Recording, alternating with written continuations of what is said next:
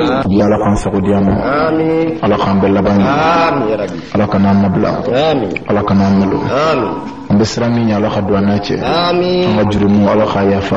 amin ya rabbi ala kalimaniya dafalen dama amin ala kan ke ala sirani bawi amin ya anga keta na anga fota ala ka beke ala kama amin ya rejati kama amin ya rabbi salli ala rasul salli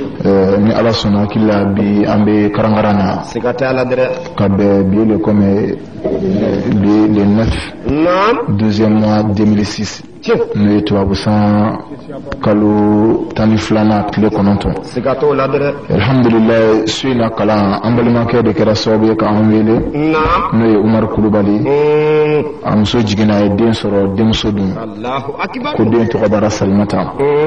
Demulike no Kerakaba Sigato La Amwele la ala here de dama Mana le miya Kabal Maslame Wele Akamiso Jia Akake ala ka diinɛ wele da ye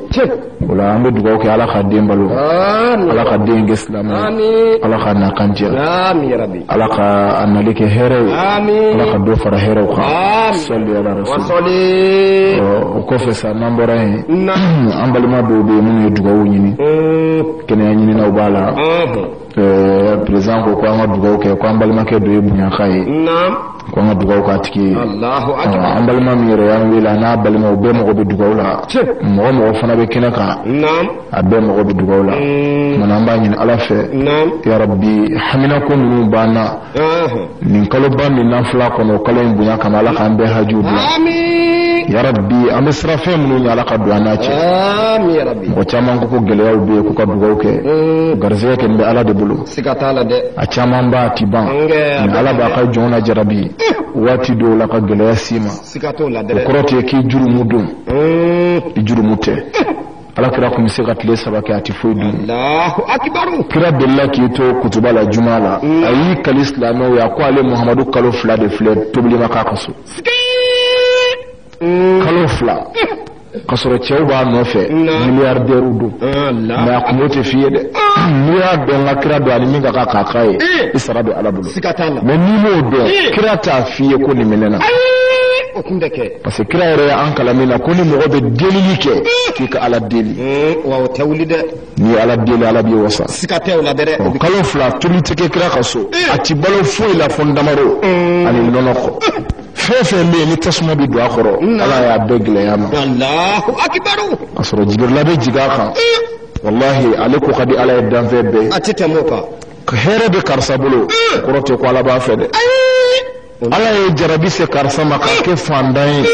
o yɛrɛ kɔrɔ tɛ fiyewu k'a fɔ ko ala bannen don a la garizigɛw ala y'u tilan a ye dɔ ta dɔgɔya a ye dɔ ta caya ala y'a fɔ kuranɛ kɔnɔ ko n'ale ala kun ye hadamadenw garizigɛ d'u ma komi u b'a fɛ cogo min a ko labagaw fil ard ko mɔgɔw tun bɛ yaada dugukolo kan ni bɛɛ kɛra miliyardɛri ye maa si t'i kamada si ye i ti baara kɛ maa ye maa yɛrɛ t'a k'i ye an tɛ se ka balo yan fɛ o tuma na ko ninnu ka ɲi tan an ka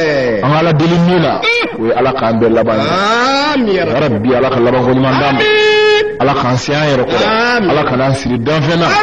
ala kana an si malo denbaya minnu ni ala y'u kalifa an ma u dabalo bɛ ala de bolo u garizɛgɛ ala k'a d'an ma u ta fanga ala k'a nɔgɔya an bɛɛ ala ka sababu ɲuman k'an ye sɔli ala rasul o kɔfɛ n'an bɔra yen an bɛ dugawu kɛ an karamɔgɔ ye n'o ye Sheikh Sherif Usman Madani Haidara المرشد الداعي إلى الكتاب والسنة سعد الزوازا an bɛ dugawu kɛ zamzami ye nuru din keni ala ye cɛ min kɛ ka diinɛ nɔrɔ Sherif Usman Madani Haidara diinɛ waraba don Sherif Usman Madani Haidara a ye silamɛya dɛmɛ a sara bɛ ala bolo ala k'a dɛmɛ diɲɛ lahara rabbi ala k'a dɛmɛ diɲɛ lahara ala sɔnna an minnu ka da la ka tugu a kɔ k'a ka wele dakan tiɲɛtigiya ka baara kɛ n'a ka kumakanw ye an yɛrɛw ka nin sɛgɛn ninnu ala ka n'a da diɲɛ kɔnɔ yan yarabi an ka sɛgɛnw ala ka n'an bɔnɛ yan sɛgɛn in laɲini ye saya kɔfɛla hɛrɛ de ala k'a di an bɛɛ ma an ka don an filɛ baara min na baara lankolon tɛ dɛ o tɛ dɛrɛ gansan dɛ bilahi billahi alazim wallahi an filɛ baaraba de la baara min ka di ala ye n'a bɛ jɔn kɛ ala fɛ n'a bɛ jɔn gɛrɛ Ala la an filɛ nin ye o don de la. Siga tɛ o la dɛ, a bɛ tan koyi. An filɛ nin ye o don la dɛ. An kana siga fiyewu. An filɛ min na hɛrɛ don diɲɛ na, a belebeleba don, hɛrɛ don lahara. Siga tɛ o la dɛ. Fo ni min ta tɛ ka kɛ Ala kama. Nin n'o dɛ. Yɔrɔjan taama ninnu, nin nɛnɛsigili ninnu, a boliboliw, a wulikajɔw Ala ɲɛda kama, lahara dalu belebeleba don. Siga tɛ o la dɛ. Dalu min n'a bɛ jɔn kan hɔrɔnya lahara, k'i kisi ka bɔ jahanama na. Allahu akibaru. Alijinɛ lahara a sɔrɔli sababu dulonna fɛn min na, o de ye e ka dɔ kɛ yanni ka sa. O do dɛ, o tɛ wuli. Minnu tɛmɛna ka kɔn an ɲɛ, ni Ala y'u mankutu, o ye do de kɛ dɛ. O kɛra dɛ. Ka daminɛ kira ni sahabaw, ka taa se tabi'unaw ma, ka taa se tabi'unaw ma, ka taa se a imma minnu tɛmɛna silamɛya diinɛ kɔnɔ, o si ma lafiya. O ma kɛ dɛ. Silamɛya dɛmɛbagaw, o ma lafiya dɛ. O ma kɛ dɛ. Wa o kelen de don yanni ka taa se diɲɛ wuli ma. F'an k'a dɔn an ka sɛgɛ ninnu sɛgɛ lankolonw tɛ, sɛgɛ gansanw tɛ, wa fɛn yɛrɛ don maa kan ka min kɛ, a ka kan, maa kan ka min kɛ, baara don ye nin ye dɛ. Alakira m'an janfa, o ma kɛ, foyi tɛ k'an si kɔnɔ ni saya tɛ, nin n'o dɛ, ani lahara taga, a tɛ wuli, an bɛɛ de bɛna sa, hala o tɛ mɛn, o tɛ kɛ. O kumana n'an y'o lajɛ, n'a sɔrɔla saya ye tiɲɛ, ko wulibali don, ko don dɔ bɛna e bɛna bɔ i muso kɔrɔ, ka b'i ka du jɔlen kɔnɔ, ka bɔ i ka hɛrɛ bɛɛ kɔrɔ,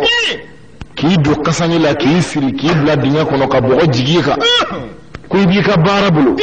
N'a fɔra e filɛ o baara la yan,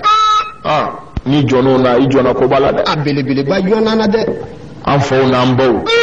u filɛ lahara bi, a bɛɛ jɛ dɛ. An mɔkɛw, an balima joli joli n'o cɛra ka bɔ dugukolo in kan sa, o ka ca karamɔgɔ, olu y'an kɔ Ala bara. O kɛra dɛ. An yɛrɛw b'o sira de kan ka taa. O kumana an filɛ ka min kɛ yan,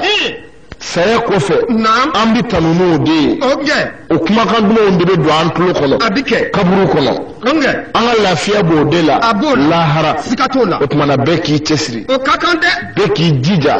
bɛɛ k'i fari foni, o do koyi i yɛrɛ ye, bɛɛ k'i fari foni dɛ.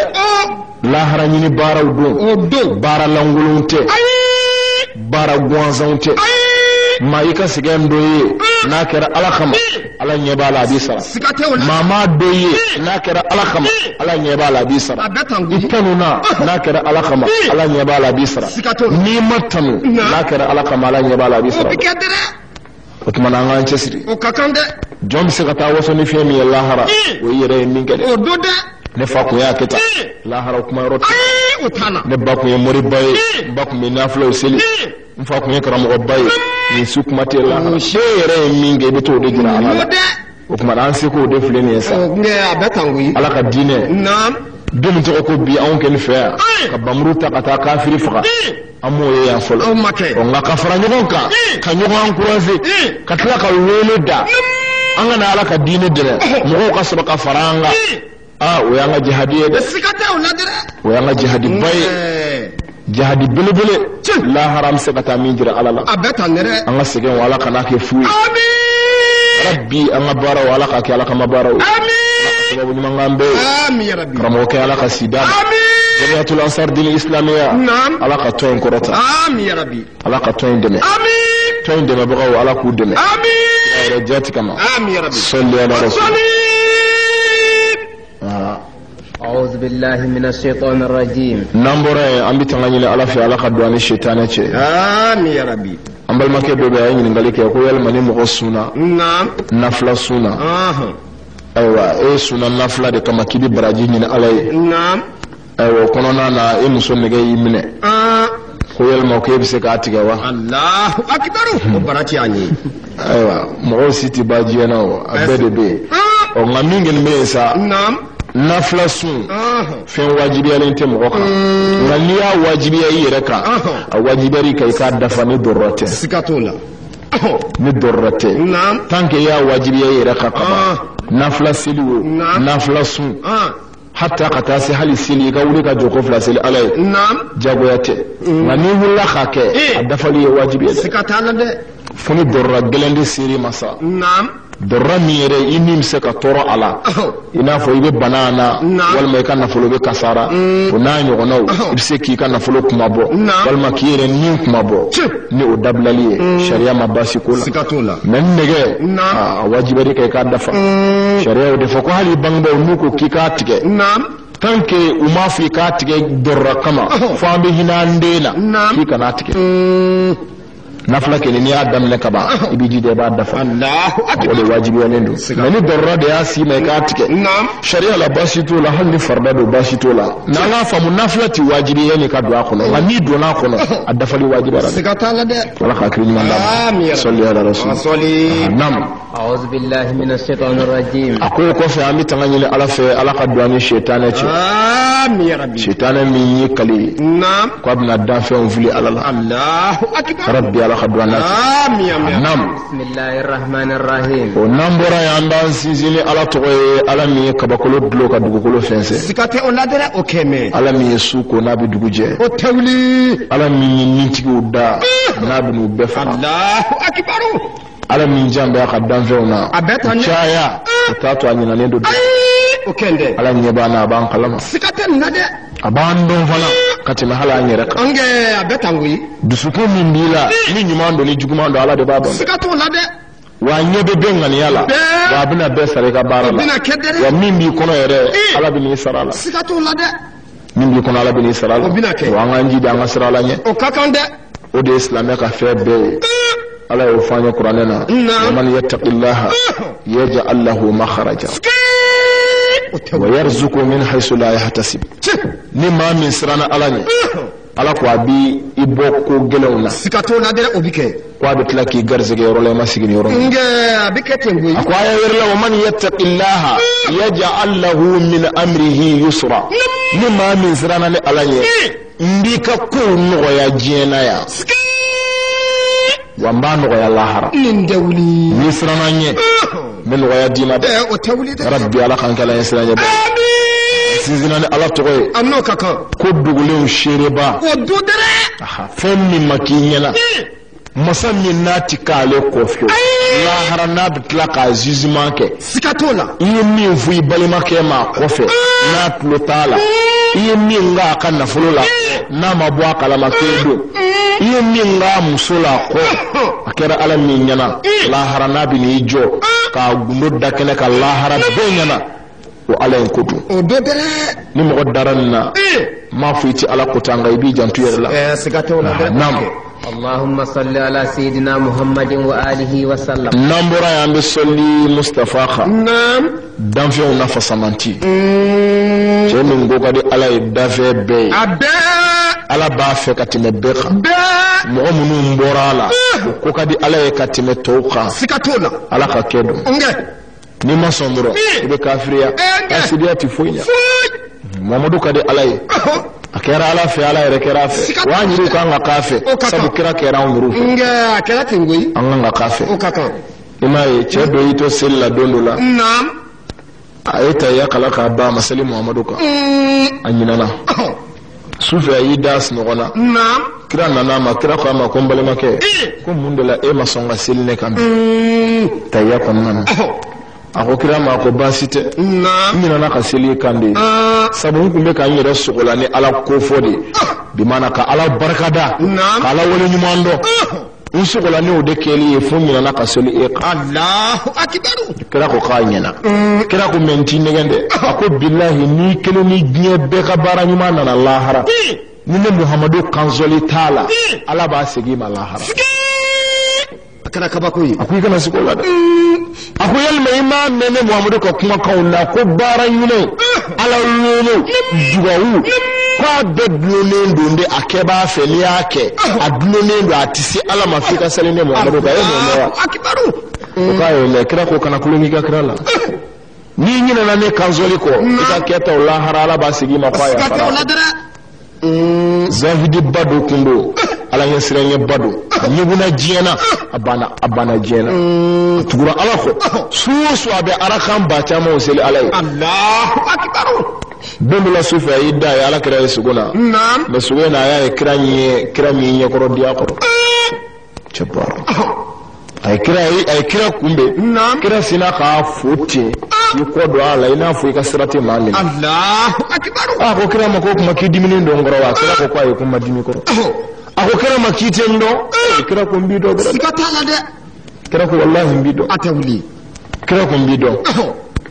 ako kira ma kuma na ibene do ako do ako ne de karsai min sirana alanye nabe ni araka hake zile alay ni sukono nana nabe ni ngoni mainge mai tinga baro dowa kira ko kune bi ka baro do sikatola ako kira ma ko tuma ko doni ba ya fanyo ko muhammadu ki sale ko amana baranyu mange fa be ta jiri la kaburu kono kira ko yice o tawli kumbi ka baro kalama ibe minge lamba do nga neti nyagari lende tika barala nyagari lende tika barala de ndi don bi ka barado nga ne muhammadu wasoro tila ne muhammadu be waso cewla ni ne console chaya de sikatola de billahi kren de ka jabi Allahu akbar sabu min je ngume baranya man chamange me zamzami kumba bolo kofe ala ya jira la ni baranya mangale kana mustafa bla ko de ni abla ko bika nyima wala harabe do ay bolo bikate ndera njon ma kren be tinde ale de ko kadi ala da fe be anali funa kera jiya tige be ka here de sikatola ke kira nana soro balawu caman be jiya ko na ya de wuli ka bɔ an kan a kɛra ten dɛ muso tun bɛ den wolo jɛnɛya sira de kan kira nana k'o dabila Allahu akbar an ka kɛ halalaw ye kira senba b'a la siga t'a la diɲɛlatigɛ bɛɛ ye hɛrɛ sɔrɔ ni ala kira ka cili ye jango an balakaw billahi yani kira kana masiba caman kun bɛ musow kan Allahu akbar n'u fɛ yen nɔ naam ka kɔn kira bangeni ɲɛ ni muso tun cɛ sara dɔrɔn a fana bɛ jeni ka fara kan de i ko cogo di ayi ɲɛnamaya tɛ muso ye fiyewu a cɛ salen kɔfɛ jɔn b'a ta ni cɛ sara ka ban ayi fana b'i labɛn i ka saya kɛra o Allahu akbar ni cɛ sara i tɛ kasi k'i cɛ sara de i bɛ kasi de ko n fana bɛna faga silamɛya nana o ladajuguba sɔrɔ ninnu bolo mɛ silamɛya y'a b'u bolo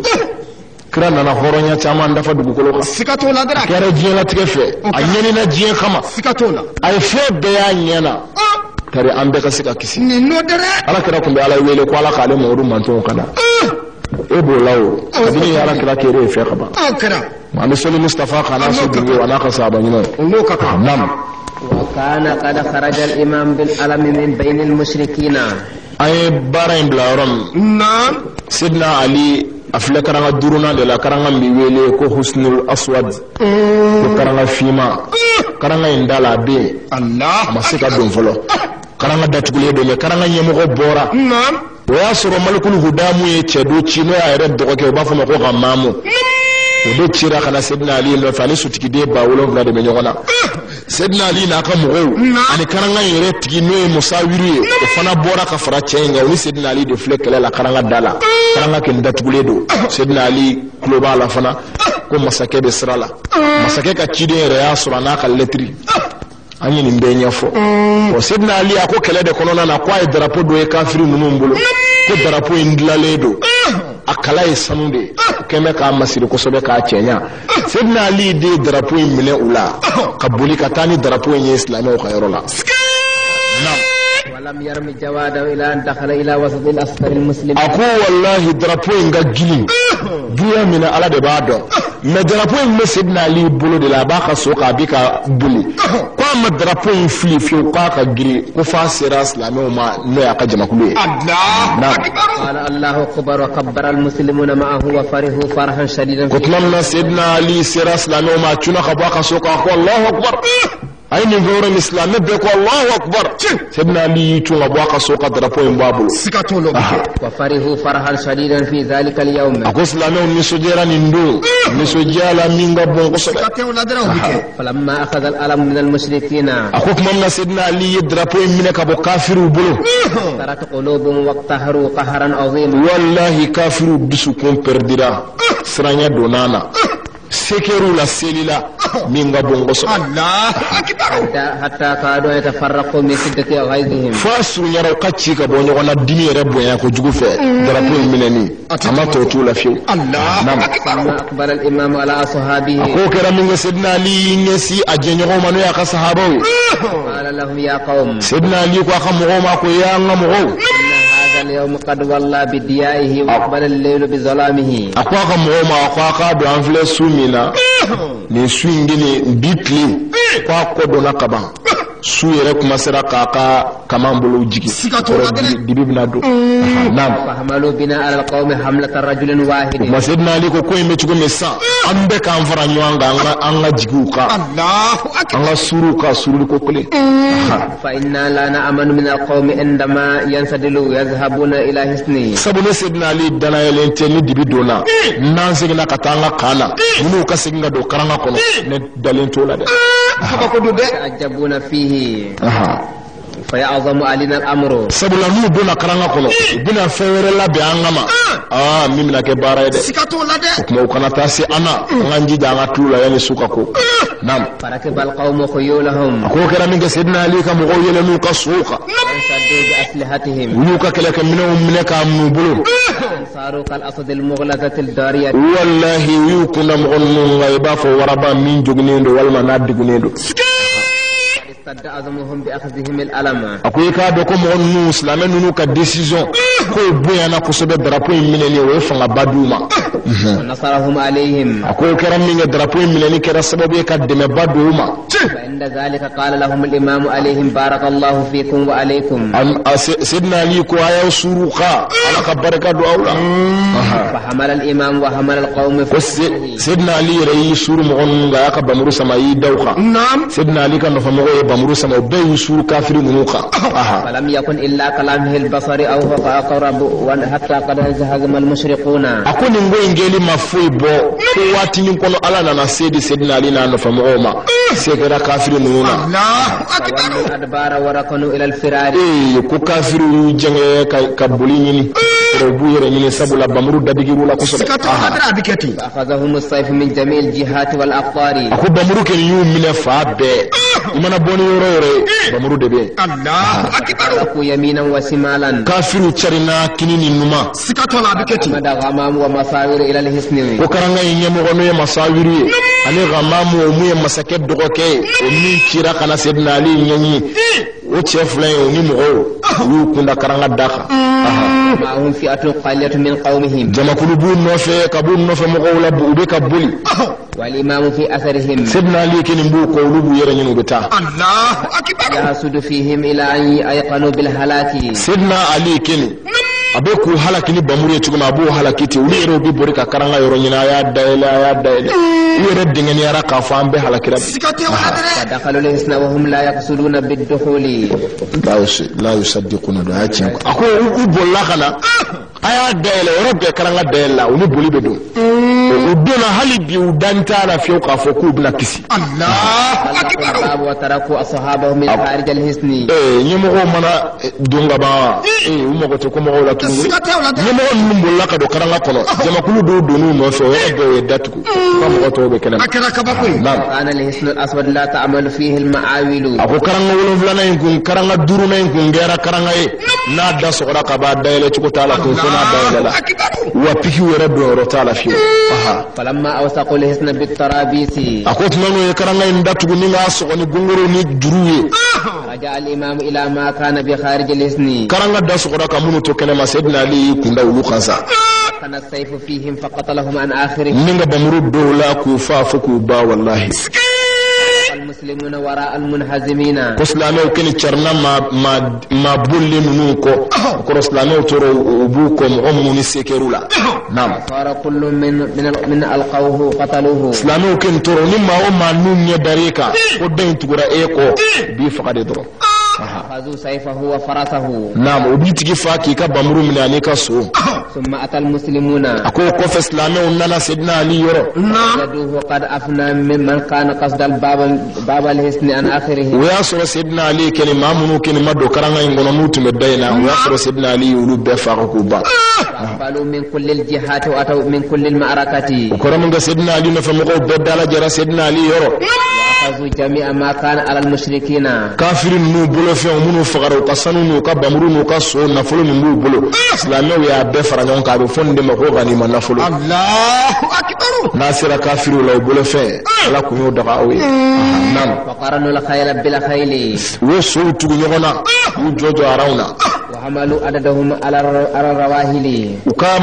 من بين وبدا سوقا يلما فيهم كافر سرق من توبلو يا بفرانيون كاسير سوكورو نعم قد أقر الله على أعين المسلمين بقتل ملكهم وعدوهم كن ندوي كادو على الإسلام يسميانين كافر كنتي تشاما فقاليه كل تفرونا وأخذوا الغنيمة ودفعوها إلى الحصن المشرق أكوي غنيمة نفلو تشاما مبامله سيدنا علي كوكا بفرانيون قابنا ببلا كتا كرanga nani nay na sawi karanga mimne parce que nay na fulu soro aduma ni karanga insoro o kuma na jugu duaya me ku binane la sidna ali hakili yemi war nunu nga franywanga na fulu nunu abina ablakata karanga nan na o kera leta ka ba ka khalifa de be ya be franywanga sidna ali yofuye nam taddu salimina ako do islami ala yubo nunu mbulo boda nyumana ala ka mbwa jugu bulo ثم نزل الإمام متباعدا عن الحصن أقول من بارين كرام مينجسا سيدنا علي دسر الله كيسو أبو كرانغاينا نوي كرانغا دوروناي علي فكر في هيرة يملك الحصن سيدنا علي ترابي ميري سان يمغو فلين بولا كدو كرانغا كونو ونفو مغو بي كرانغا كونو في منو مفغا كرانغا داتبوليدو أمبي أما سكتمي abi miri tugo di Sayyidina Ali biseka doni karanga ngono qabla wusul al-jays ilayhi yani masake bayre ka simma folo me malikul hudamu sabu alayra wulile da be ka Sayyidina Ali mage o Sayyidina Ali be ki miri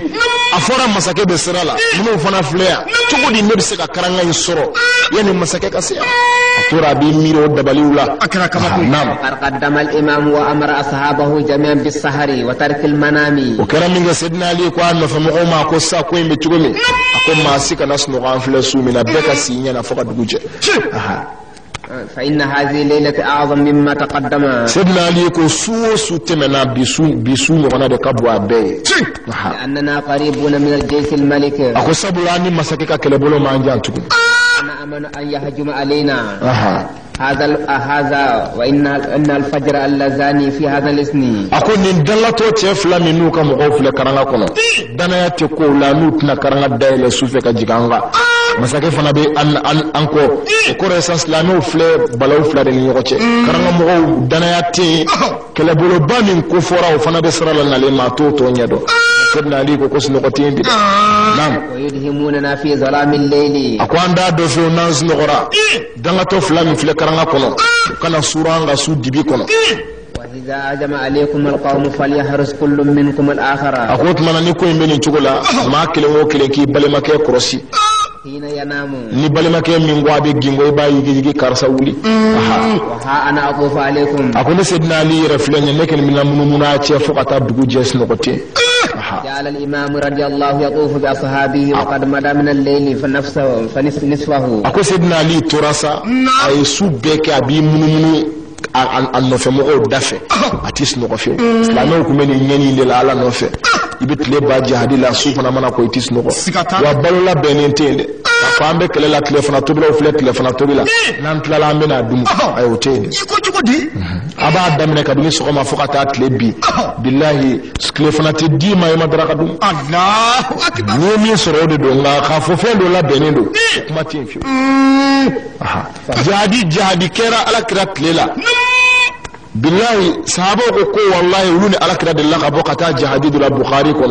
ko telma balotu bolo koni ko yi mine bi nyesi jiri de maka tike ka sanango ka nyini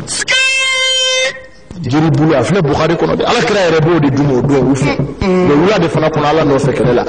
saban go ko wallahi ko lu do la kele kun tara banango take ke utum banango ni nyogole banango ka de kaka ita do fe ko ni hadama dem banango parce que de duni mu ke tuta la fo itala jiri fara ibo de sanango ka tike ka nyini fi kono ka fa ibe jimi ibe so ki ka bamuru sama ka ele so Allahu akbar billahi lazima fle bukhari la ati muhammadu rebu chela o men ni tise ni kira rebu do ni chela u be bollata bollahara ani ngunde bina ta présenter kelen ka iko di ni min ka be ira fana min ga be ira Allahu akbar ebe muhammadu ka vere ka gosinyo kana firdausi kono ana gele anaka kabako yi wallahi ana gele sikato la ka kili mandam amin an ga ngana nyani ala no fe ko kana zura ala de gum yoro ran ta fe فبينما هو شاخص فإذا بشخص قد الله على بعد أكو سيدنا علي كم ترى أبي من سوكنا نشوف الناس نقطة كفو والله أسد الله الغالبين يدارا تشدوكا تشين ببني أي وهو يظهر تارة ويخفى تارة واتدو بك سيدنا علي بتشين واتدو بك تشين بتنانا سوفي تأمله الإمام رضي الله تعالى عنه أسد الله الغالبي ترى بتشين كرسي باجة منه نينا باجما تريم غدوا جندو الله أكبر نايا فلي واتدو لاباي واتدو لا تشين بتنانا أكني على كرسي كادو فاي ردين يا رجاتي هذا ما ديدو واباسي نفنا نعم فلما تفقه الإمام أمسكه كوت ماما سيدنا علي دين يسروننا سيدنا علي نواري كين يربي نواري جبار أبتي كتاب تيجي يدفع كوكو كو نواري كبا جولي جولي بكي نواري أكفل فين نوفي كسر يرين نواري ليدو أتاكلا سكتني نادر أبتني أبيتو لا مين بكالي نواري وبالي منه بكا مين نواري وبادا هذا ما دي مثال أبتي إدي فيفي نيني سيابك يرين نواري سكتو نادر سيانا إدي فويكا نيني في أنغوس سيدنا علي نوري كين يربي مولوتي سيدنا علي فنابيكا علي دينكي مولوتي علي يتي سيدنا علي سيدنا علي تولا فوقتا دريكا منه الله نعم وقال أخبرني ما اسمك سيدنا علي كو تيما كيلنغا منا كونغنا فني تقولا يتقوي جوني قال يا ابن أم الكرام إلى أين الأمان سيدنا علي ماكو يا تشبوياني بنا كدين bi mai ka dana diyan folo yana nga kuma ledu dia kitin fa folo nam akara kaba koy qala nam sidna ali ko dana di yoro dere sikato la dere wa haqqu ibn ammi in asdaqtani fala sidna ali ko nyen kali muhammadula ni magalon tikenye nga toro tisim o teke fa qala ar-rajul ya abal hisni warati ngo sidna ali ma ya abal hasan nam أن غماما أخا الملك سيدنا علي شيخ سيدنا علي ما كيكا دوم مسكة دوكك ميمي غمامي نعم لما هرب دخل الحصن الزمني تمامنا إيو جنو دونا كرانا كولو masake dogoke mini sutigide ba wolon vla bora ni ya khamogo club be faga ayre ni karanga tigi dona karanga kono mamuna udona karanga kono alzamani an aksifa lahu khabaran wiya wajibi ne de ka kunga bosanga mbe ngata masake re ka kuna funna je sabu asumara kujuku jigi fitu nu laki ni masake re na nite ne de blalo bara la sa e ali de fle kamile nam kala kaba koy halaka wa ana ubayyin bayna yadayka o kuma na ede fle kamile o chugwela kuma na mflinya korote nuti maboka na eka kula ko mbora kana anga masakede ka ko nyi mblalo de la qala ma ahsanta wa in ahlakta chengo sidna ali ma ko abo chugula idana yake ndia wa mena e sidna ali kanyuma yabe ke muqawqa sikatuna wa nire ni halaki kiyemne nere majrumu yikawla aha fama ana mu'taridun laka fi ma fa'alta dhalika nganne ke ne make mo ko yembe na bala min e sidna ali nyi kanyine fe onada aha fatabassama al-imam min qawlihi cheyni fominge ko sidna ali munya na niso jara sikatuna aha وقال له من أين نزلت من الباب ako chema ko baranyana ako ngasa e borada de fe wa wal may jigina ko de fe akala kaba ko de chengo sidna alima لا وحياتك يا مولاي إنهم من حين دخلوا الحصن نعم حرب بأمنك وأغلقوه وأوثقوه بالأقفال سيدنا علي كو تشما كو والله ما بودافه ngalla e ali kan yana mayana kabini mumu mbul laqad karanga ko ni karanga dasura ma yasra an yaftahu khawfan minka ma si jama gele ka karanga en dayele e sidna ali yasranya karanga ngin dayele li aw ni sayabqa Allahu akbar ma bodafe ali nam inma awsaquni bil ahbal wa arsaluni min a'la hisni akwa masa ni be mboto ko nyini o flele juru de sirilanela ntara uyela na ninye karanga ko de safe ka juru sirinna chew yemina misirle do juru la o ben blaka jigi doni ina fo ni be juru fle blaka jigi kolongo ne ba blaka jigi don tugum fa kase ay wa ne re sirla juru de la kam blaka jigi doni fon se duguma la so ali mbora tande mete daki no kotew aha nam lamma sami al imam zalika mamna sidna ali ni kuma me ko che sirla juru de la ka la jigi bon minnu bɛɛ bɛ ka i seko de kɛ koyi siga t'o la dɛ u filɛ khatariba de kɔnɔ sa cɛ min bi sɔn yɛrɛ juru ka siri ale la a ka bɔ k'a bɛ taa hudamu ka ko ɲɛɲini o yɛrɛ ye cɛ don ye o tɛ wuli parce que n'i bɔra karanga in fɛ saya de bɛ kɛnɛ ma siga t'o la dɛ a bɛɛ mais nin bɛɛ la kafiri bɛ jɛn n'a ye a ye juru siri ne la n bɛ taa an ka masakɛ ka ko ɲɛɲini n bɛ tila ka n'a kibaruya di a b'a dɔn fana hɛrɛ tɛ yen mais a bɛ bɔ kɛnɛ ma k'a sɔrɔ tɔw bɛ kɔnɔ na o tuma juru de sirila ale la sa k'a jigin fo ka taa se dugu ma a ye nin fɔ Seydina Ali ye min kɛ Seydina Ali nisɔndiyara siga t'o la kɛ qala wa kayfa tasna'u hina yarfa'uka ilayhi Seydina Ali ko sa n y'i bɔcogo dɔn o kɛra n'o tɛ da in yɛrɛ m'a ye k'a yɛlɛla nka Seydina Ali ko sa ɲɛna e kɛni jiginna o tuma na n'i bɛna yɛlɛ sisan o i b'o kɛ cogo di فقال يا أبا الحسن أكو سيدنا علي مويرولا إنهم أمدوا إلي بعلامات جعلوها بيني وبينهم نيل أبو فند ما كو سكري ni ni tiana kele ke wala do bara be tiana sikatu na dere ako Seydina Ali ma ko njiginata ako ka do nyele ni na gundo de be ni mo non che koy tamase ndo de banche tamase muno minzera ni mele chugum أخذ حجرا من حجارة وأرتقوا جدارا من الحصن 3 نقرات أكو تامسير فلادي ndola katati mina ni ya nyanabo ni zege na kana ndi farakuru beta ndigina ni yoro mi mbina yoro na ni sira karanga kugoma ndi farakuru ke ka karanga kugo gushishi nya saba weta kama shere fole ni ba to ba do kone ditu sikatola ambe no de ka yani ngabo ko ni mvile la ka ke flyenti ele ni nekele fara saba kanta chena iko di faga da saba nema nam fa idha sami'uha alimu anni sahibun fayursilu ilayya al-ahbar okmana ninna na sa ninye kuruta ka karanga kugo gushishi nya saba ba do kwanga chedu sikatola dere no ke be juru jigi kana matuko فأوثق بها نفسي ويبقى بيني وبينهم علامات أخرى no kerambi juri sirin chela ni ye juri siro korote ku be nyina yele ngoy iko di sami masnyal ma folo ke wa be juru dia ni ye juru bla kana mbasiri ni nya siri hali bi utena yele fota kama sire kelewere be ngo ke ka fara doinga be so ka dala ku tinyera la anga chede وهو أني أجر الأهبال 3 مرات على الحائض أكو تكما سيري سبانا يندي ني جوري سيرلانا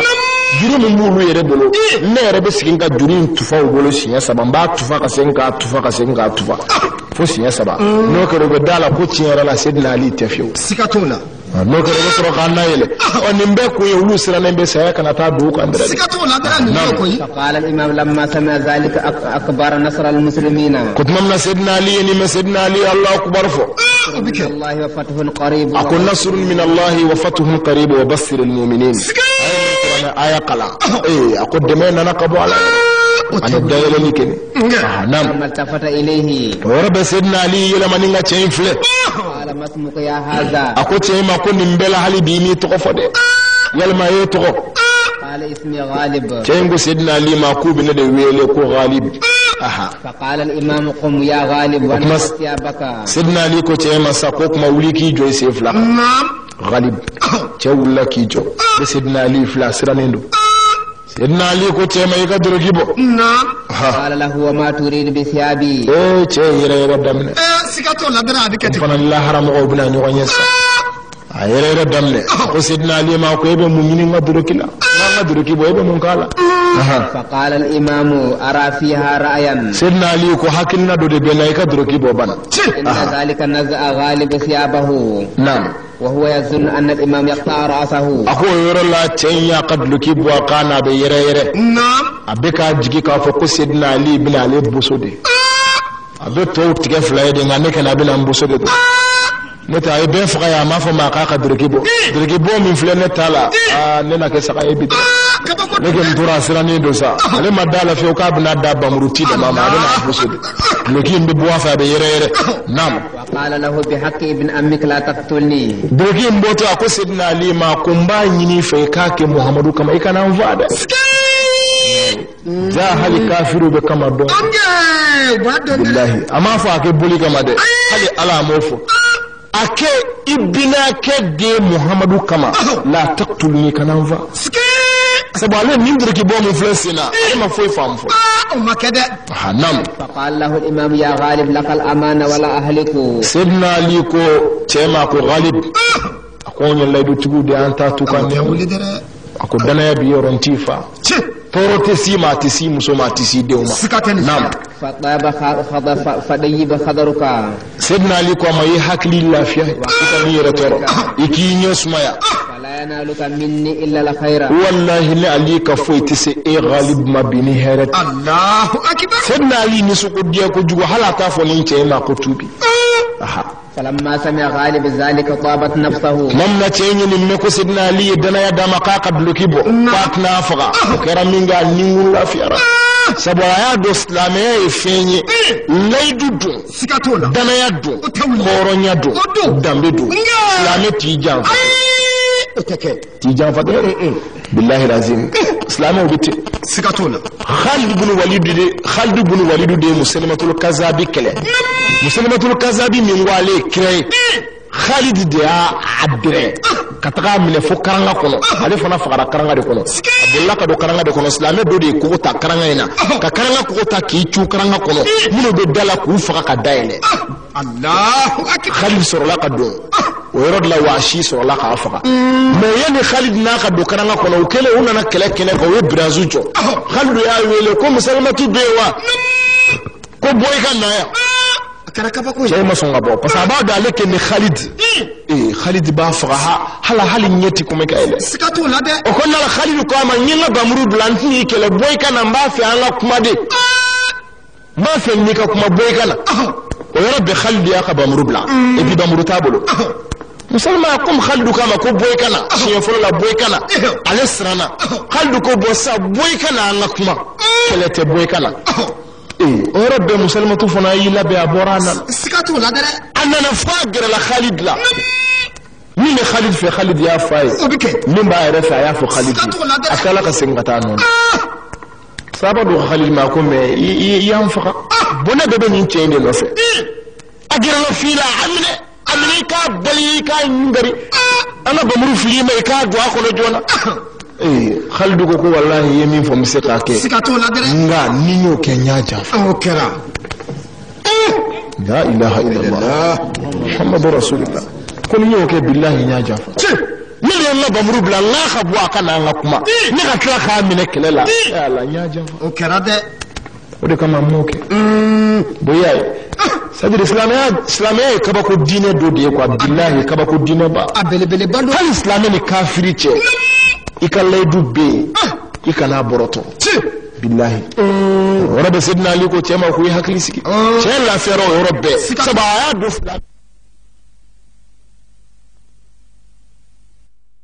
na walahu ayaka bloki bu ayaka kursi bu aya bede bokoy nam fa akhadha al imam wala bisaha akwa ya fini nunu di sidna ali ma sidna ali ya fini nunu bila sikatola bike rabbi zamzam yere ya kad bloki bo ninga ce ngad bloki do akana taqallada bi sayfihi min wallahi sidna ali ya ce ka fini bedo qaba nam sidna ali sallallahu ka fini du ce ma ko ndo ikana sisa ale kera sidna ali kera ali sikatola de akera te ko amma ke fulani ya sa sidna ali ko ka nyena rabbe sidna ali ya ka bamru bla kadlo ki jukoro sabu ale de bina ta ke galibu ya sa ka sika do karanga ko sikatola de abina kete ko fo teni fini min bora ka ya ale kana ale ko fini no felin doron ko cema ko ala kisara al harbul khida kira fo ko kele janfadi sikatola de kira ke ni janfado na me klela abede bala sade aha ibila bende sade abede bala ibe nege ka soro ibe blali fa dinga de dala masudna li ce ka duloki udo dinga soro ka bamuru bla duloki jukoro aha wa aqbala ala ashabi wa sallama wa amara alaihim naqid dinga soro ka ce ta to ma ki yesina ya kam go ma ka da kam go ma ko ni mile وربا يا خمغو فوني اسلام يا فولي السلام عليكم يا نعم وسلم على ناقد وجنبل ورغدا وخالد واصحابهم نعم واوصاهم بحقل عسكر وجميع من معهم ربي جنبل بن ركيلو ان رغداو ay nunu mugadama do bla ko ako jando jamaina ni au ka kele kuntiye abeka hakito jamaina nam وجميع ما الصوت نعم. ثم قال لهم يا قوم ويرى سيدنا علي كواكم مغوما كونوا على خيولكم وتقربوا إلى الحصن أخوكم نصبارا ينانا ينفع بسرلا sikata be akira te ko yi nche ni bora karanga kono ya chi kwa katuka masakeka ko nyenye ni nyale dimne nyaka fili de dongana sikato na lady mimbani mugonu nche se ka do karanga kono tuguma ya be fonye okuma na sa ne de bila taka ale ka do karanga kono okuma na sa kele bolo fila ka hakili to ala ay ile so ka ayoro kana je karanga la de na kele kule ka uncha mamme ka yedda ile le kuma karanga fila bula do de sikato na de nam fa iza samitum nidai fatuni musri'ina may mango me ateliya bato ka karanga inda sigere jola takun minkum jama'atun yanzuruna sawbal tariq ngani mbela yake groupe flay groupe do ku labe ku nyesi karanga ma groupe do ku labe ka masaken na to kono ngelma na abe 600 fa iza asrafa alaykum jaysun wa wasala ilaykum nga masani masake dumballa awla kan sidna ali to karanga kono fatanu bit tahlil wa takbir okmana ya kawngoro tan la ilaha illallah ni allah akbar foye ne sidna ali bado ko masake sira lambi karanga kono mo ko tueni nga anchu ka bo aw fe kana udeme asra'u ilaykum insha Allah wallahi yajra ala la namaka mafu ala kofiu sikato na ninga ye manga me ko torobe aw koya maya ni ala sona ma obeni summa sara ila jihati al-isni wa ko rebe sidna ali ya ka decision labe ki nge sikaranga indama akele de bina fere ka be do karanga kono tugum ko be ko to ale bulu ka to kele ma doro nam wal qawmu yata'ajjabuna mimma azama alayhi wallahi jama'in be ka ba ko ale do sidna ali la sikato ka che ka fini do ko ali bita do karanga kono ki yere ke do mala fli ale kele nin jama bayri gay ko ali biti yere fli mu chela ni ubuna taga faga besrana sidna ali la worola yoro kama kaba ko yale do ala abike aboru yakura hale hada madde ala ka kembeleke wal majina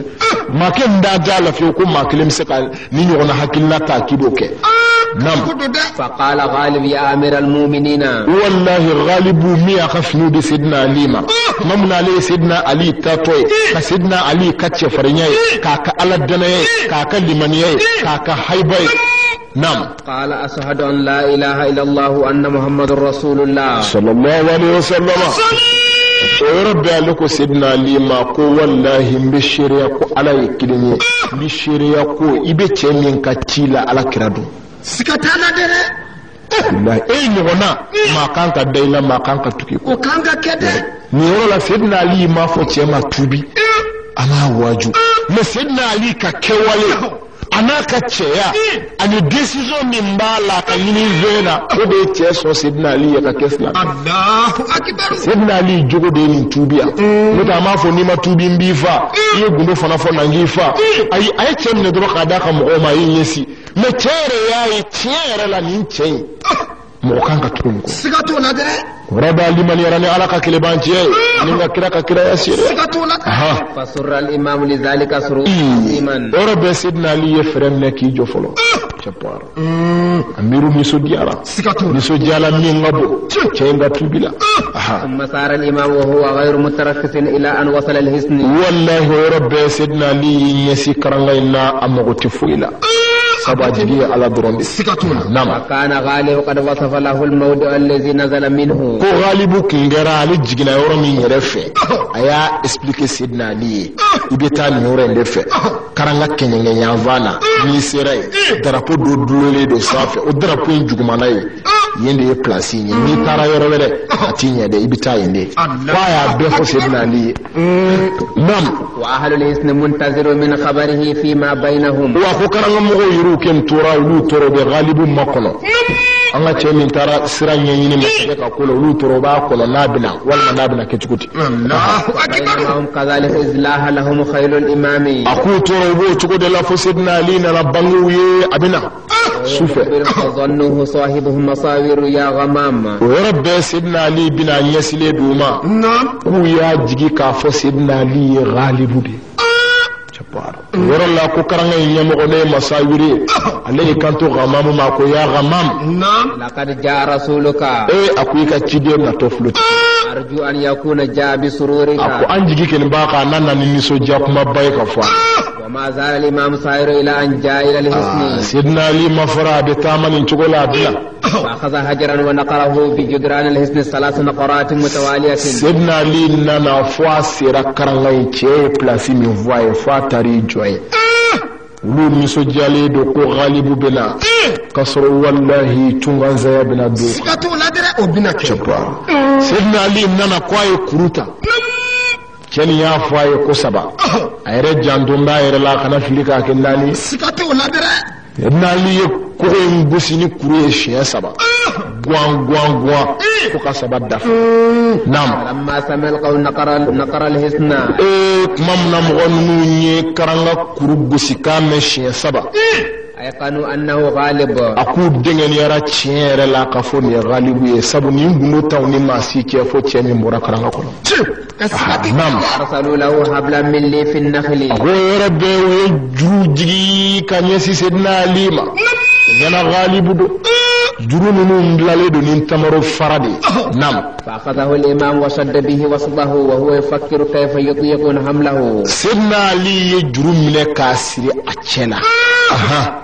يفكر كيف يطيقون حمله سيدنا علي بكي ميري أيا بارمانيا جبار mais ala te décédé o tekede bara manye chugudi nam ale ya tiere la ale ka grini che korenye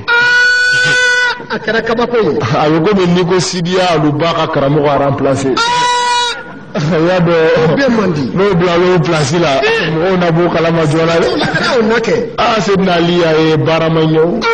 ay juri ngene sira chela nga yufakkiru kayfa yutiqu hamluhu sidna ali ni minum se kaneta chugudi sabu sidna ali bodo billahi alayhi wala chemi ma alayhi wala ni yere bay denlo sikate o lade billahi atora bi ni wala sa ayre ken tora ana famu ko ka chente nga ko be ala bolo ala ti dise ko la ali yo jurusi ya disila ngi ka ko kalfa alama ala nim se ka ko gelo mo ya sikate o lade nam khasi ayunkiruhu li thaqalihi wa khasi ayunkiruhu li thaqalihi nam ko sidna ali sirana mɔgɔ minnu kana ale dɔn a giriya fɛ sabula anw de ye nin najigi kilo 50 ɔ don n'ale filɛ o bɛ kɛmɛ bɔ a fɔ maa bɛ se ka fa sisan nin bɛɛ la i mana dumuni kɛ cogo cogo hali a ma tɛmɛ heure 5 kan kilo 50 ka far'i kan a t'a jateminɛ juru samanaw سيدنا علي كان ترابي ميري مغنم من علي دون فلما مكن الإمام نفسه بالهبل الصبر وحمد الله وحرك نفسه بالهبل 3 مرات قطنا سيدنا علي جرين سراير لا تاما سير فلانا نيني تشيو فوايا كواكا جرو تفاشيا سبا سيدنا علي جرو تفاشيا سبا كوبوا كلاما ko yero la ku dala la ku tiere yere la galibudo ngo ma ko rota folo de ورينا قصدنا علي فحمد الله أي ألتن منغا كقجر على نعم فجروه فلم يستطيع أن يحركوه والله فجروه دروس ما باو يدروس ما فلم يستطيع أن يحركوه هل جرم أبوانونا كم ينزل اليد على باترا موتي أبوغا جرينغو جوغو وياتي فاتوغو جوغو بوابا نولا الله أكبر نعم فقالوا إن هذا ثقيل علينا أثقل من المرة الأولى والله يوكل كوانغال لما نيولا نتشفلي منني ننت غالب يدر الله أكبر والله يا غجراي يوكل على لا وكبولي لا بالله يكون انت تشيني ko halna doko ko halna kerale akemin giriyara foloy akana kaba boy giriyara foloy dre nam qala lahum masawir la sakka annahu kasab min men ala ko badla o rabbe ko nyemo ko bakko ko badde tayala dre fembe de tiala sikatola nyemo ko bakko ayasa sabula abora de kata ko nyanyina kene de ka shew chama su be kene minga jolu bona kene minga sanu chama to be kene minga joni ya do awla fa ke meki doni sanu jolo ko na asanu poabo de la adun yo be ngin doro ko gata sa ala ma zeka famu ko go tiena ko sidna ali kana ke ali ado ko kai kun fa war de la usamin kusan jolo ko ke maka giriya ay rabbina warbna arsalu ilayhi hablan akhara akuma khoy juru fulana faraka ni folo ma boye fulana faraka nam wajma'u alayhi rijala wa khatla ka chewire fara auqa minti folo ye ko ay do fara juru sama bawqa akhatla ka juru wera faraka juru ka dunya dawla cheya ka ta masire be sabati ama dago shi shinya sabawa ko kera ko ma juru sama shinya sabawa ko be kera ngo war babula ya sama sikato la dara hala mazkhafa mu ku ga sama nam qalu aqlihu min qabl an yasma bina ibn abi talib ay rabbe ko weleda bado weleda ko kwa ya jigi jona yana lika buwa kalama abe manga unchaya abatu na sidna ali na buwa kalama ya ana na ko bece ayatul ya jona nam la hajat lana bihi nam fa arsalu ilayhi hablan thaniyan ako rabbe ku yajru fulana di sidna ali ma فخف نفسه معه نالا خابيد ما بيد سكته ولا دره وتولي كلن بدير غالب ما سيدنا علي نالا كو بدا فون على دوندي بالله ورب واقف لي سيدنا علي كو يانا علي فنا سريا ديسلا كفر دوينغا سجرو كلن دي جروب دو بلو كلن دي جروب دو نعم أنا عليهم وما زالوا كذلك إلى أن وصل على الهسم والله يرينا سيدنا علي يجري على الأقوال كانوا سكته ولا فهانا سيدنا علي رتورا بير فجأة تقول بنا لما قدري ما يمني فجأة تقول يكجري أبتنا نعم ووقف على رجليه فتقدم إلى مصابي والله وسيدنا علي تفقى سيومبو دغما ورب جرو يا دم لك مانغابو سيدنا علي ko ala ni ntigara wa bane de sikato la de ala ande de uluba sidna ali sama sidna ali rabbi ala wele wa ka qaddene bulo faruba sidna ali ni wala tali ko no sikata la de mon ngere ñu debure sa ba tu fa tugumi ba samati u fara me ñu gonga ko fo sidna ali siem fly karanga kube ku tintiso nam فتقدم إليه مسائر وقال ما أبطاك سيدنا علي كركرنا سامبلا سرمينه ajigina karanga kono ningi nyesi karanga nyemo ko erema no masawiru iko chuko di mbela bamuru be direke bakoro seka finu ba kana nam وما كان على رجل فتقدم إليه مساوير سيدنا علي كو يمو بايا كون برا كون غبون الله أكبر غاتشي ميلو وربا نعم فتقدم إليه مساوير وقال ما أفضاك سيدنا علي دون كرنا كون مينغ ناجغنا كرنا نيمو غير ولا سيدنا علي كومبي ابيك فما غالب ما ابتاك منيلا سميا امنا de abini tare imena imana ambe jawledu akara tugudi وما كان من أمريكا وخبر يا غالب abeka fo غالب ما كنا فني جمان بيدا يلا حاليا جمان سورة سراقة إذا كنا فني يمي فالإمام رأسه إليه ورب سيدنا علي يكمل قرطا نيجي نجوا نينا قال ويلك يا مواسير سيدنا علي والله إتاويو يا مساوير والله مساوير بونا يبالا سكته ولا دره علي بن أبي وانا علي يدو ورب كرanga sanfa mo do wuci nduguma atot na bulu nyana o billahi beti ende ma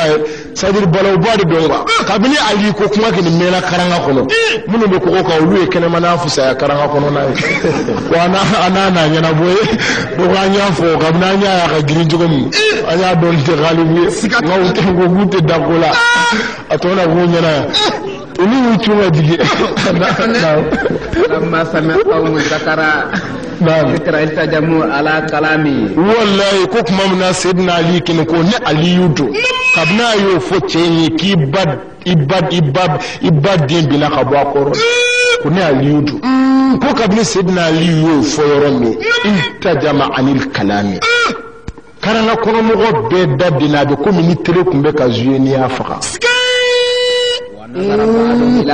والنظر والله كدو نيجو دولا اوتورو بي نيكون فلي دوكو مافو نيم nga girin chugom wasaka bunyata yorongelo انا انظر كنما نعم فتقدم الامام الى مساوير الصفاكي اكو رب سيدنا علي نسرا نيمو باي منو مساوير الصفاكي على de ko yace ya kan jama fu سيدنا علي sababu ko Sayyidina Ali ma ko Sayyidina Ali si bani da ya siya me kana nyina de ani Sayyidina Ali ka nyogon soro folo Sayyidina Ali ya bugo aya ko tere ka Sayyidina Ali ka bamuru kumbe bamuru ko tere chief lay bamuru fanga bani sera kungolo maka kungolo jogi ka ko ninti maye jinadu billahi ali hakili bo yore na halbi o Sayyidina Ali ko nedo yoroni chere ka decision Sayyidina Ali ka bamuru bo sitse ka soro tugo afo nebna duki bade korota ka bamuru bo cheni mo kono fiu kabini Sayyidina Ali ko nedo yoro kasat abini yoro nyimi de ko boyi yoro be min do de bina damle ورفعه بين يديه وألقى به من آله والله أيت فورم در سيدنا علي ترى بصراق الداخل نافو وربا بجريتو أكتر بسوكو كلي كو سيدنا علي يعمل الدسنا كمان كلام بلو فلا بمروت يتكون نعم وألقى به من أعلى الحسن على رأسه فهوى إلى الأرض وألقى به من أعلى الحسن فهوى إلى رأس جبار أتولي ni basket kelaye basket ke balomne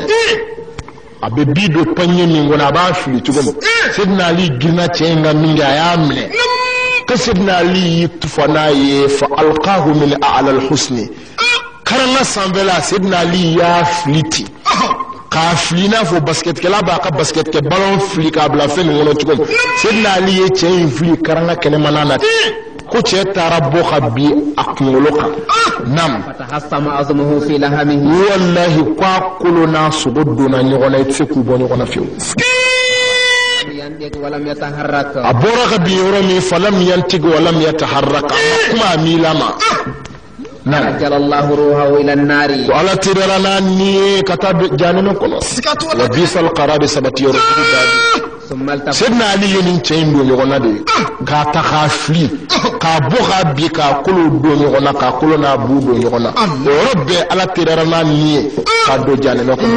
nam thumma altafata al-imam ila ghamam wa jarada sayfahu sani kelim bole ala to tura ghamam de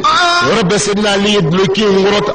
ninga bamuru sama kabo ningi nyesi ghamam ma yemo ko fulana ngin nam qad waqafa min dunihi ar-rijal fa sarafa fihim sarafata al-ma'ruf rabbe ayi nyesi ay bamuru sama ayi nyesi karanga kono mo ya nyesi le du kan nyemo ko fulana ma mo bulla kana do Sayyidina Ali no che bamuru du bulo nam sarafa fihim sarafatahu al-ma'rufa ko kera minga Sayyidina Ali nana pre ulula prenga minale Ali doni do noy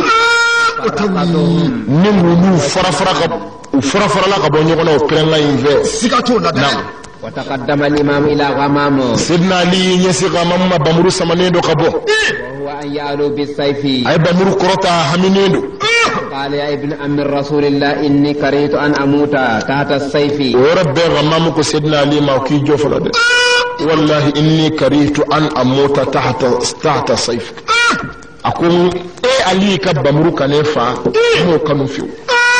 نعم والآن فأنا أشهد أن لا إله إلا الله وأن محمد رسول الله أقوى ما نتين غنو إيه كبمروت الدورة نوفي أشهد أن لا إله إلا الله محمد رسول الله صلى الله عليه وسلم أفرق جوانا والله إيه نندونغي بمروت الدورة نوفي مين فقر علينا علينا يبولا أشهد أن لا إله إلا الله أشهد محمد رسول الله أنا لي ولي الله يرى ويبودو نعم فقال له الإمام يا غمام لقد أفلحت ونجحت الله بك سرورا سيدنا عليك والله لقد أفلحت يكون جارا ونجحت والله كسرا نعم وأمم الله بك سرورا وفرح الإمام بإسلامه فرحا شديدا على يا كان نسجا كي لابو سيدنا علي نسجارا نيمغو ngatu bilina sabu jama nyemgo naso na komi ma kachala ko mo ba mandi kananga yere keni marabaka fakana nga min wulla kana ale no fe ko de flaka islamiyya sa ibn ali nusujara ngosbe nam thumma inna ghamam lasiqa janbahu ila janbi al-imami ako rabbe ghamamu yikrete ngu sidna ali krela يضربون بالسيف في أعلى الحصن في أحد سيدنا علي كوكمنا نامنيا كي كرا على في كوكمنا توف لكرانغا كونو مسلميا في ربيكا بامرو بودي كفر انغازا امبكله رمامو كوتي باسي ريا كبامرو تفا نيغا فرا سيدنا علي كا تورو بيبغولي كرانغا كونو يمينا وشمال كيمين نما بي إلى أن قالوا بأجمعهم نحن نشهد أن لا إله إلا الله وأن محمد رسول الله بمرك نبيك نلو تيجي كبوكا ونتوما أبابو على دو تمانجي بتلا دو سي بتيجي باو كان نقول مو يادو نينتي نام بفقا كامبايا سيدنا علي الأمان دانا يا داما سيدنا علي كو دانا يا تي ابي فقا فقا دالا الله كو مالا يكلني يا كتشيدي نعم فرح الإمام بإسلامي فرحا شديدا كان نيكو سيدنا علي نسو جارا كان كون مو اسلامي الله كان دورناي اسن الاسودي سيدنا علي دارا لا يا دايلا نعم ثم انحدر الى اسفل الحصن ليفتح الباب ورا لكو سيدنا علي سر لك جيجين كان فكرنا اندالا نعم ليفتح الباب من قصا بنا دان يله ما فتح باب الحصن سيدنا علي ناي دايله كان اول من لقيه من اصحاب الرغدة بنت الخطاف وسيفها المشهوره اكو مغفل من سيدنا علي كلي كدايله نا يسرو كرنا دالا يرك مغولا ودي خطافي رغدة بنت الخطاف ayasoro keme ka bamru samale do abulo sabali yodi fu ni daile la yedo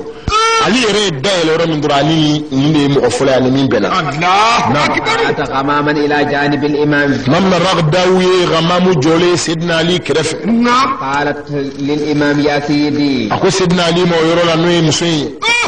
ma afkaka ala gamami ako sidna ali ma kuye warabatu ni karalla be fagara ni min te mafaka foy madla القومي مين دي جماعين كنتكي قال لها يا رغدة إنه قد أصبح أخا لي في الدين سيدنا علي كو رغدة وكيه تشيفو أكون كرام بلي ما يوكي اسلام يارا اتتموكا هيدا كرام بلي ما دويا اسلام يارا على هيدا جاتكما صار من جماعة المسلمين أبين نشوكو دلا أتولي أبو سفياني كمامنا على كرا إلا بيكابنا مغاملة كرا ناكاكلي كبولو بمقاد دون دالا ومدون فلا أبو سفياني ni Abbas yenyogonye Abbas ko Abu Sufyan ma ko wallahi Abu Sufyan akubi ibi fadro sikatuna akusabula Muhammadu ni sotigide batani fla de fleur maka dugu kono ubina dum maka sani dugu jera eni nyenye moyi de folo bi fa sikatu wal makli kana ngate ka islamia wote ibi fada ni node ayre ay tiere la sekeral anti Muhammadu fe on de banana anya kele café beke mena sera rola sa fo segerana ngaslam yake ngera jagwe wal mambi fa sikata la de wa bas ma ko angata abas bilala nya kana nayo zamzami yo Abu Sufyan ko yemo ko yewoso kadaye ko islam ya ko don dine de sikata la de annana minge aslam yara tubira la karabulo atubira minge kira ko kakata maka kafa makanga uyoku labe ale Muhammadu bin Adu oyoro la Abbas ko Abu Sufyan kira ma ko Abu Sufyan ko chemi no ko waso kadaye kite fendo kai na tara maka be waso ni miyo atubira sa le me kira ere famu tigide kira ko basde ni waso kadaye bena waso rodo dama kira ko bosa Abu Sufyan be ta maka ne Muhammadu bin Adu maka ni so tigide batani fula do ko kele bolo min ko me chukotana sikatala de nga iba fo magangawye ko ni mogo dona alkaba khono o kisira ni mogo dona ele kaso o kisira ni mogo dona Abu Sufyan fana ka dugo na Abu Sufyan bele bay o tigi fana kisira wala akoma wode kira ere o tawli monsieur Diara ani ko apasale to fora ko ni min dona ale kaso ale fana tarasa mais comme kira Khalid de kira ka bele rougi Khalid ko drapeau rougi tigi de nere mugumani jema be bebolo fo Khalid ale be yoro rougi de be danger akibaru bossa nana sa bina senga ta maga Khalid na ka groupe be parce que kira yo kla de be kan ka dole dame Khalid na ka groupe be ani Abbas be nyogo fe o mana ani Abbas be nyogo fe Abbas ani Abbas na yorom dara Abbas yi tunga bwa ka soka ka digin kana ka Khalid embrasser tro Khalid ne dara Sidna Ali ka atoy di Abu Sufyan Khalid ne dara ka ina fo Sidna Ali fleka daile sa muso yi te ya ko nini mafaga fake o kuma na rabbe Khalid ne sila qadda Abu Sufyan ka Khalid ne dale akha Khalid ga bas ma kun ne Abu Sufyan ne Abu Sufyan yira ya Ali be kayira o kuma na Abbas ko ale do sikatu mais Abu Sufyan sirane do ni Khalid ni Abbas ma teriya kha fo ni tenye ko islamera bena am faka jola abina ke kabakoi ama siti tara ka fa ijola ko tibira hal dugu kon da Abu Sufyan ya ora da yi tuyana ka fuli ke fara ko ashhadu an la ilaha illallah wa ashhadu anna muhammadur rasulullah sallallahu alaihi wasallam ya yi tira ko gobe katu la dara bikete ko fasa abna afghadu khaldu nye kafirin nye ya ba faqasa ako yene ka fa kun tibira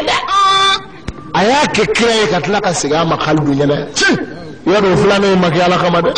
amma kada fulana ngeni o kera ni make khaldu ben faqasa katu la dara me abulla kana mako yoro la yalla al kabaku be kunka ako mogongo muhammadu bin nayi wambi kelen vaye ma sitse ka kumbe wa fola ni mo min nana ne ba ni ala sona ma fa dikila aw ni min do ni yere kaso ni min do la kabala akoro la ka yere ka buta fo waso kun kada ko sika kun do kira ni jama be kun be kira no fe ado tubira halala kama tubiute be kira ni tono ghazwatu tabuk ala kira ni ko mekke de konte ka dinin cheklema ko kile ngaho akema domine Allahu akbar Sayyidina Ali yadda muso yin ce nya ko Sayyidina Ali ma ko ni ma fa fo make akon ni de jama'a yin mu ko Sayyidina Ali ko kiye ce fo akon ga de biya kera ambali made Allahu akbar daga raklin ya nam falamma sami'at zalika taqaddamat ila ghamama mamuna ce muso yin me kwa gere la kana chaina ninga wala ñu mando ka barika da ka islam yalla sikato la ko bike ra'saha nam wa qalat lahu zadaka Allah fakhran ala fakhrika aku ce ma ko wallahi ala qaddu farika wasuka ka farika wasuka izan ala izika ala qaddu farika bunya uka ka farika bunya korole uka wa bitende ma min ngabu mo do na islam yalla ati fo isoroni bunya o do dire o tawli e masake de isona ka islam yalla kuma iti fo isoroni bunya sikato la dire nam thumma aqbala nakid ibn al-malik ako rabbe masake de fana yinyasi Sayyidina Ali makaranga ndayelele falamma nazara ila ammihi ghamaman oya abalimake afantini ghamamu ya saba ne fantini do ale da nayi kele chamange ale ayo be Sayyidina Ali kirefe na wa waqifun bi izari imam amir al-mu'minina ayi tayin jole ne kan yasi Sayyidina Ali ma qala ya amir al-mu'minina ako Sayyidina Ali mo yorala hal huwa bakin ala kufrihi wa ghaymihi ako yelma tayin tolendo ka kafiriya na kafli banci ya kawa la wal ma bolendo ka qala lahu nakid Sayyidina Ali ko nakidi mo yorala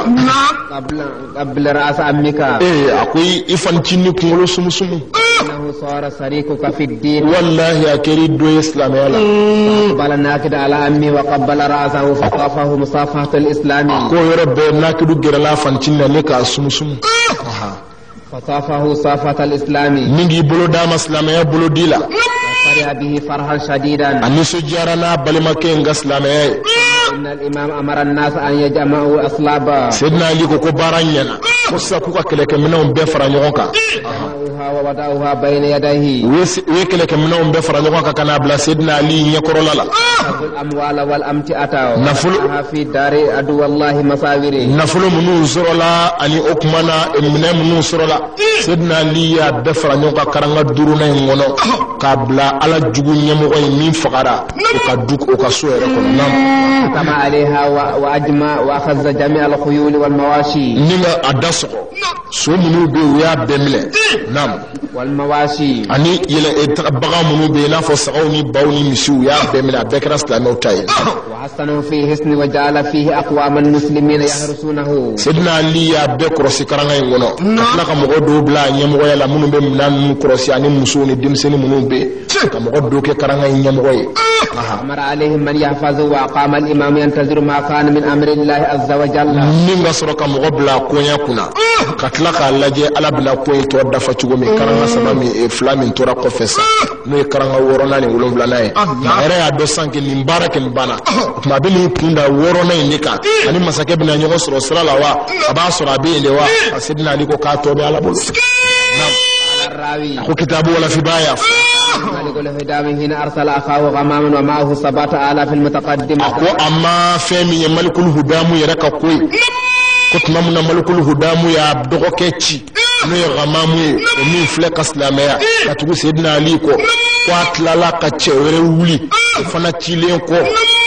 ومعه 7000 المتقدمة nam ذكرهم وأوصاهم أن يقدموا بعلي بن أبي طالب إلى بين يديه أكلين كان أبالي ما كينشي غمامو أكوني سوتكيدي باولو فلا دي بنيو خنفه أكوني تشيدي كوا كتا سيدنا علي يرد من نكنا ناي وأسا منا موكا كنا فنسرو نعم فجهز أخاه القمة في 7,000 آخر abdogo ke were be anu fana be fakelen la uba fo mako alqamata fana ku yeche ya ka fara be sekelela ayo fana wuri ka sutigi de bawlo vla were dawka ko ka tugu abale make be ngwa ere bu be ko kana bada ale ere be ko bada ale be ko mo be bla nya doro mi ere be ko ayata mbe ko fo ite saya nya siranya ko nam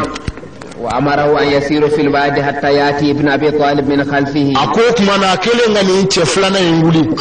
كاكو ماكو كتابوني فو حسن مسرفو كرانغاناني ناي فو أكو فولو كتابوني فو يني كورو كان سيدنا علي ماني كوفلادي ale yɛrɛ dara la tigitigi Seydina Ali de duuru nana mais a ko kata bɔ ni Seydina Ali kɔfɛla de mun kosɔn n'ale fana nana u mana taa Seydina u mana kɛɲɛ Seydina Ali la Seydina Ali bɛna bila u cɛmancɛ de la a kun y'o ladi n'o de ye ko ka taa bɔ ni Seydina Ali kɔfɛla هذا ما كان من أمر غمان وقد هداه الله إلى الإسلام a ko a ma nin de kɛnin kɛra ninnu ka ko ye a ma fɛn mun ye gama mun ye ala kɛnin y'o kɛnin kanda o min fɔlɔ cira kandara ka kɛ silamɛ ala k'an bɛɛ kanda وهذا ما كان من أمر القمة أما فهم القمة كقوي فقد أخفى الله أمره وبطئ على غمام خبره على غمام كقود القمة لا يبان ما كفلانه يفعل من شراء على ما سكادو كنا فني فين بوله أتفوي دو كقول إسلام يا رتوغم أكمل أو فقرة توغم كرنا يرمنا رتوغم شن تفوي دون نعم وقد من الله على الإمام بفتح الاسم وقتل صاحبه مصابرا أني كرنا دورنا يرن يمغفق لي أني على صناعة بل ما بين إسلام يا مينجي min labana ka wuli ko ti foy doni sila ala e min bedu woni ceyna nam wa islam jami'a qaumihi amma cey ngano fe mo be islam yali min bedu qurala allah akbar al imam rajulan min qaumihi ko ka do sidna ali mamuna yana ka karanga indayel ko ay janbalu de labbe ani minamunu ku soro la karanga en kene manana na tungo ka ba blaka ta karanga nani nayna nam qala lahu aksif lana at-tariq an adu wallahi al-hidama ako yoro la ko sidna ali bin ilabe la fulu munu soro la na tun ka bo blaka ta karanga nani nayna a desidira halibi abena mo do nyini mino beta ako ngo konna la sidna ali e chedo wele islamawla ako ko kay karanga woro na sira la jale sidna ali bin asra min asa